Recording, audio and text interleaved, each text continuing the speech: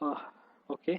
और इसके बाद इसका कलर हम चेंज कर देते हैं, shift F5 for fill and colour, colour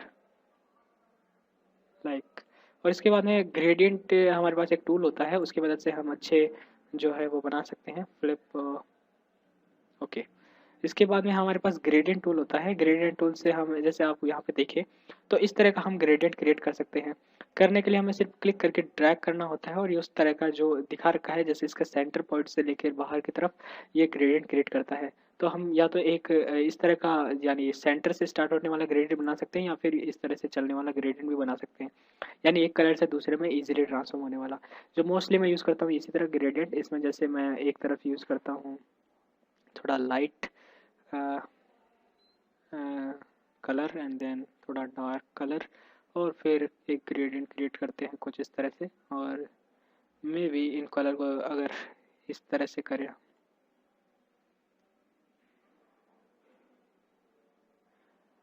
या फिर यहाँ तक कुछ इस तरह से, तो आप देख सकते हैं हमने एक थोड़ा बैकग्राउंड बनाया है। और अब अगर हम इस पर टेक्स्ट टूल की मदद से कुछ टाइप करें, मान लीजिए अभी आप देख नहीं पा रहे होंगे तो इसका हम कलर चेंज करते हैं रेड एंड देन हम इसको अगर टेक्स्ट टूल यहाँ से दूर है तो हम मोस्टली क्या करता हूँ, जैसे मैं टाइप करता हूँ उसके बाद में मैं इस पर प्रेस करता हूँ कंट्रोल ए, ताकि मैं पूरे को सेलेक्ट करके कोई जो भी चेंज करना हो वो चेंज कर पाऊँ।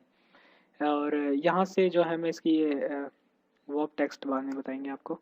और इसको जैसे मैं मूव कराता हूँ यहाँ पे, आप इसके अलावा अलाइन टूल का भी यूज़ कर सकते हैं। मान लीजिए इस लेयर को सिलेक्ट करके और इन अलाइन की मदद से मैं इसे अलाइन करवा सकता हूँ कहाँ इसको मुझे रखना है। तो अभी के लिए इसे हम मैं अगर थोड़ा स्केल बड़ा करूँ, थोड़ा स्ट्रेच, ओके। तो हम बात कर रहे थे ब्लेंडिंग ऑप्शंस के ऊपर। यहाँ पे जो आप ये एफएक्स साइन देख रहे हैं ये ब्लेंडिंग ऑप्शन के लिए है। इस पे हम बहुत सारे देख सकते हैं, यहाँ पे bevel and emboss, stroke, inter, shadow है जो है, इनके ऊपर बात करते हैं। तो हम इस ब्लेंडिंग ऑप्शन पे क्लिक करेंगे और यहाँ में हमारे पास लेयर स्टाइल या ब्लेंडिंग ऑप्शन निकल के आता है। दोस्तों क्या है कि जैसे अगर आप स्टाइल पे जाए तो यहाँ पर कुछ प्री डिफाइंड स्टाइल भी है, जैसे कि ये वाला है या फिर इस तरह के कुछ। तो ये जो है हम या तो ये प्री डिफाइंड को यूज़ कर सकते हैं या फिर अपने खुद के हम क्रिएट कर सकते हैं। तो ये हम किस तरह से क्रिएट करते हैं, जैसे फर्स्ट वाला नो स्टाइल है तो इस पर क्लिक करेंगे और यहाँ से हम खुद का स्टार्ट करते हैं। और इसके लिए मैं इसे थोड़ा सा जूम करता हूँ कुछ इस तरह से। सबसे पहला बेवल एम्बोस, यानी एक 3D लुक देने के लिए अगर आप देखें तो यहाँ पे थोड़ा सा 3D लुक आता है। अगर इसकी डेप्थ को जैसे मैं चेंज करता हूँ तो आप देख सकते हैं इसकी ये डेप्थ चेंज होती है, यानी कि अगर जेड एक्सिस की बात करें तो कुछ इस तरह से। इसकी सॉफ्टनेस कितनी ज़्यादा हो, ये सॉरी साइज़, इसका साइज़ यानी एक तरह से अगर आप करते हैं तो इसका साइज़ कुछ ज़्यादा है तो ज़्यादा फ़र्क नहीं पड़ता, लेकिन अगर मैं साइज़ का अराउंड यहाँ रखता हूँ तो इस तरह से। इसके अलावा इसकी सॉफ्टनेस है जो एजेस की, यानी इसकी जो ये कर्व बनते हैं ये एकदम शार्प बने या फिर इस तरह से कुछ सॉफ्ट। तो मुझे सॉफ्ट अच्छा लगा। इसके बाद में यह है कॉन्टोर, इसकी रेंज को आप चेंज कर सकते हैं, जैसे अगर आप यहाँ पे इसकी किनारे को देखें तो। इसके बाद टेक्सचर है, आप इसके ऊपर कोई टेक्सचर अप्लाई कर सकते हैं। फॉर एग्जांपल यहाँ उप्स, अगर इस पे मैं डबल क्लिक करूँ तो ये आ जाता है। अगर टेक्सचर देखें तो हमारे पास कुछ पहले से प्री डिफाइंड टेक्सचर है, जैसे इस पे क्लिक करूँ तो आप देखेंगे ये वाला टेक्सचर इसके ऊपर अप्लाई हो जाता है। इसकी मैं साइज़ को बढ़ा सकता हूँ या घटा सकता हूँ। और इसकी डेप्थ जो कि है, यानी आप देख सकते हैं इसके अंदर चेंजेस को, तो मैं इसे यूज़ नहीं करता। स्ट्रोक है इसके आउटर जो लाइन आपको क्रिएट करनी है, तो इसके अलावा आप किसी भी कलर का स्ट्रोक लगा सकते हैं। जैसे मान लीजिए मैं ब्लूइश कलर का थोड़ा स्ट्रोक लगाता हूँ। उस स्ट्रोक की साइज़ मान लीजिए इससे 3 पिक्सल, और इसकी पोजीशन आउटसाइड या इनसाइड। तो इनसाइड करेंगे ये अंदर की तरफ होगा और सेंटर करने से उसके दोनों तरफ की साइड में, यानी टेक्स्ट आपका सेंटर में रहेगा और आउटसाइड ये ठीक लग रहा है। और उसके बाद ब्लेंडिंग मोड है। तो ब्लेंडिंग मोड मतलब ये होता है इस लेयर के ऊपर ये फिट किस तरह हो। तो जैसे कि मान लीजिए मैं इसे स्क्रीन करता हूँ तो ये उसके साथ एक तरह से स्क्रीन डिस्प्ले की तरह काम कर रहा है। ब्लेंडिंग ऑप्शन के ऊपर अगले वीडियोज़ में बात करेंगे, तो अभी के लिए इसे मैं जैसे ये जो नॉर्मल है उसी पे रखता हूँ। इसकी ओपेसिटी कितना परसेंटेज दिखाई थी तो उसे मैं कम कर देता हूँ। Okay, fill type. फिर है इनर शैडो, यानी अगर आप देखें ध्यान से तो इसके अंदर की तरफ एक शैडो बनता है, ये किस तरह से बनो। तो इसके लिए जैसे मैं कलर कर यूज़ करता हूँ थोड़ा ब्राउन टाइप से। और इसका एंगल हम चूज़ कर सकते हैं अपनी मर्ज़ी से कुछ भी, जैसे ये वाला। और इसकी डिस्टेंस कितना दूर हो ये, तो अराउंड यहाँ पे, और चोक यानी आप जानते ही हैं, आप देख सकते हैं यहाँ से। और इसकी साइज़ यानी आप जितनी साइज़ बढ़ाएंगे उतना ये ब्लर होता जाएगा। तो मे बी इसे यहाँ पे साइज़ इसकी 6 पिक्सल तक रखते हैं। फिर इनर ग्लो, ग्लो अमाउंट मतलब इसकी जो ये थोड़ा अगर आप देखें थोड़ा वाइट कलर का सा ग्लो आता है। अगर मैं इसकी साइज़ को बढ़ाऊँ जैसे कि ये, तो आप देख सकते हैं ये ग्लो हो रहा है थोड़ा। और चौक से उसमें थोड़ा मतलब थोड़े पॉइंट पॉइंट से आते हैं, थोड़ा सॉफ्टनेस कम होती है, आप ऐसे समझ सकते हैं इसे। और उसका नॉइज से भी सेम चीज़ काम करती है इसे डॉट डॉट से। और इसकी ओपेसिटी है, इसका ब्लेंडिंग मोड है, और इसका कलर आप चेंज कर सकते हैं, मान लीजिए थोड़ा इस तरह से। और इनर ग्लो की तरह आउटर ग्लो भी काम करता है। आउटर ग्लो की साइड जैसे बढ़ा दे तो आप देख सकते हैं साइड में इसके। और स्प्रेड अमाउंट ये ज़्यादातर इसे जैसे आप देख सकते हैं, यानी कि ये जो एजेस है एकदम शार्प ना हो। स्प्रेड अमाउंट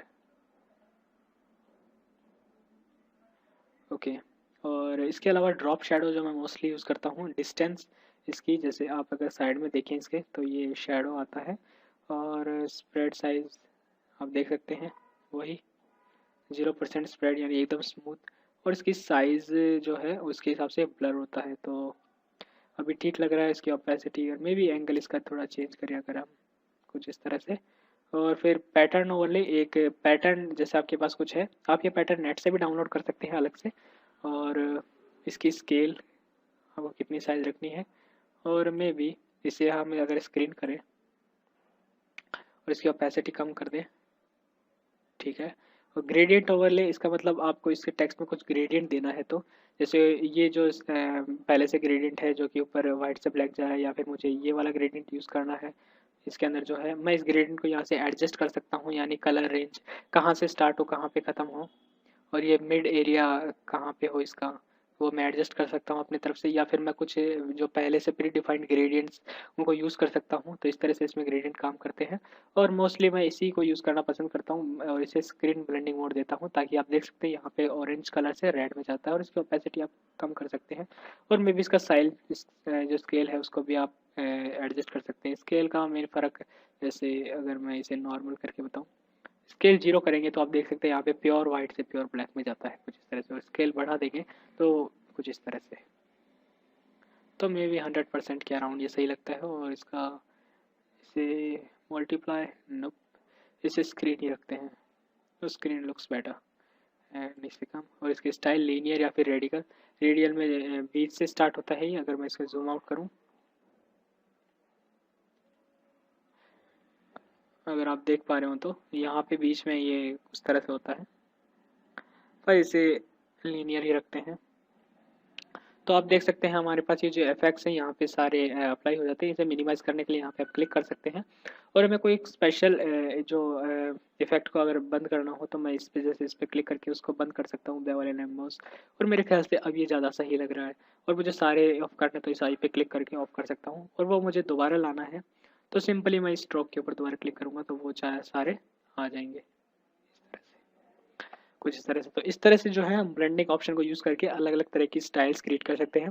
और दोस्तों सबसे बड़ी खास बात यह है कि ये जो ब्लेंडिंग ऑप्शन है सिर्फ इस तरह की टेक्स्ट लेयर के अलावा किसी भी लेयर पर अप्लाई हो सकते हैं। जैसे आपने मान लीजिए एक कैरेक्टर का बैकग्राउंड चेंज करा है, तो उसके बैकग्राउंड के ऊपर भी आप कुछ ब्लेंडिंग ऑप्शन अप्लाई करके उसको एक स्टाइलिश लुक दे सकते हैं।